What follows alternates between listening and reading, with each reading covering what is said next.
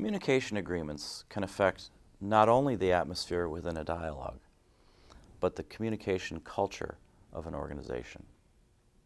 This is illustrated by a project that we did with a municipal department a number of years ago, a Department of Human Services, which wanted to have a more collaborative culture in working together. It's a very diverse department.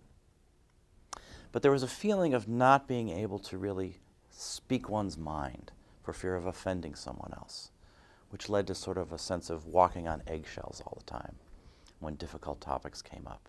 Well, they wanted to change that. So we worked with them in a planning group to have a series of conversations that would be guided by agreements. And one of the agreements that they wanted, that we worked out with them together, was we uphold each person's right to speak from the heart about what they truly believe. That enabled them to speak freely, and it made it okay to disagree.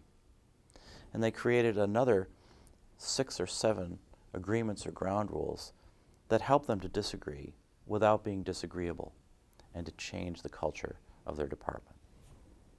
Communication agreements are shared commitments made by all parties to do things differently than they've done them in the past. They're visible reminders of a group's commitment to have a different kind of conversation than they may have had in the heat of their conflict. In destructive exchanges typical of conflict, people protect themselves and attack the other. Parties to a conflict are much more willing to engage when they know there's a commitment to avoid the old destructive patterns and try something new. The preparation process helps people recognize where their communication has broken down and generates ideas for agreements that would help prevent the old destructive conversation and promote new kinds of engagement.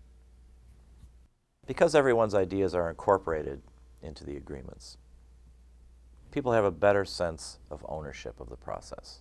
They're creating their own conversational space, a space in which they're more likely to be willing to leave their rhetorical armor at the door and come ready to make a human connection.